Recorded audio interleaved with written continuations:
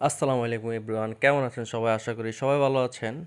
আজকে সারাদিন বৃষ্টি থাকার কারণে কোথাও বের হতে পারি নাই। তারপরে দুপুরবেলা বের হলাম একটু হাঁটতে।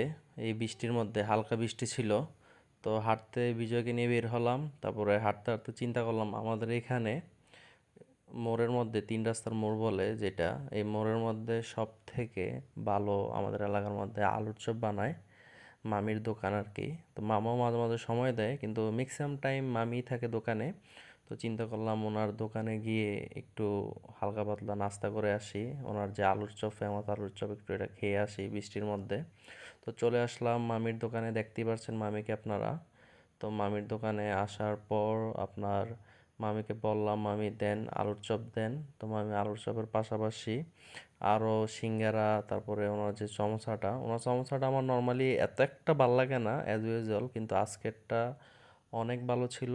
দেন খেলাম আলহামদুলিল্লাহ। তো খাওয়ার পরে বৃষ্টি নেমে গেল, তো আমরা বের হয়ে গেলাম একটা রিক্সা নিয়ে, আমার এলাকায় চলে আসলাম। এলাকায় এসে দেখি আমাদের যে গাছের কাঁঠাল মাশাল্লাহ পেকে ফেটে আছে।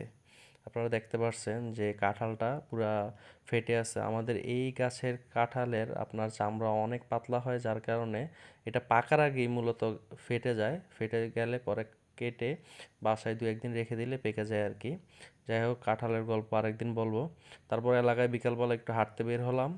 হাঁটতে বের হয়ে দেখি আমাদের এলাকার পিচ্চি বাচ্চাগুলা আপনার খেলতেছে, আপনার ফুটবল খেলতেছে পানির উপরে। তারপরে আমরা আসার পরে আমাদেরকে অনেক লাফ দেখাইলো, কয়, দেখেন ভাই, লাফ দিয়ে ডিগবাজি দিতে পারি, ওইটা দিতে পারি, সেইটা দিতে পারি। তো তখন আমরা প্ল্যান করি আমরাও পরের দিন নদীতে যাই ইনশাল্লাহ গোসল করব। তো সবাই দোয়া করবেন আমাদের জন্য। আল্লাহ হাফেজ। আর ভিডিওটি কেমন হলো সবাই জানাবেন। আল্লাহ হাফেজ, আসসালামু আলাইকুম।